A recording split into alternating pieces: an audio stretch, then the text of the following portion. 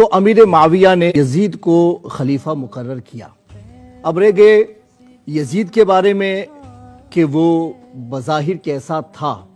تو اس کے جو ابتدائی احوال ہیں تو اس میں تو یہ پتہ چلتا ہے کہ اس نے مسلمانوں کے ساتھ کئی جنگوں میں حصہ لیا ہے، بلکہ قسطنطنیہ والی جو جنگ ہے اس میں ایک نہیں کئی جنگیں ہوئی ہیں،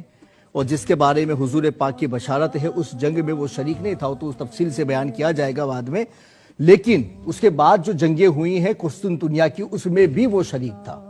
اور وہ سپہ سالار کی حیثیت سے بھی جا چکا ہے۔ اور جب وہ سپہ سالار بن کے گیا تھا اس وقت حضرت ابو ایوب انصاری رضی اللہ تعالی عنہ اس جنگ میں شریک تھے جس کا سپہ سالار یزید تھا، اور اسی میں وہ شہید بھی ہوئے ہیں حضرت ابو ایوب انصاری رضی اللہ تعالی عنہ۔ حضرت امام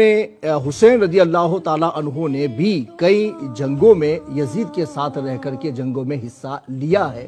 لہٰذا اس کا بھی انکار نہیں کیا جا سکتا ہے۔ بلکہ حضرت امام حسین کے صاحبزادوں کے جو نام بتائے جاتے ہیں تو کل بھی میں نے بتایا تھا، تو ان میں ایک صاحبزادے کا نام یزید بھی تھا۔ یہ اور بات ہے کہ اس یزید کی طرف نسبت کر کے نہ ہو، تو اس کے آگے حضرت عمر فاروق اعظم کے جو بھائی تھے ان کی طرف نسبت کر کے ہو، تو یہ اپنی جگہ پر بجا ہے۔ لیکن امیر معاویہ کے جو بھائی تھے یزید بن سفیان،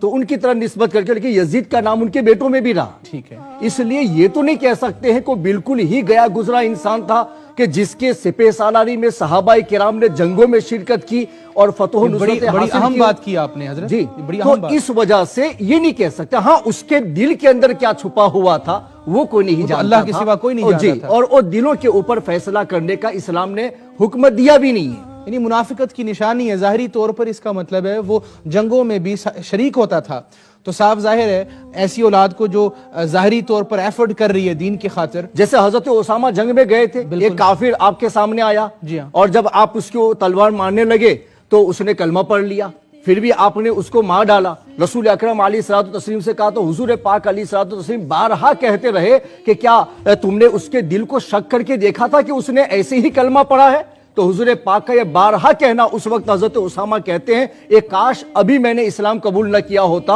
اور اس واقعے کے بعد اسلام قبول کیا ہوتا تو یہ چیز میرے ذمہ پر نہ آتی۔ اتنا حضور پاک نے ناراضگی کا اظہار کیا۔ حضور یہ فرمانا چاہتے ہیں کہ کسی پر بھی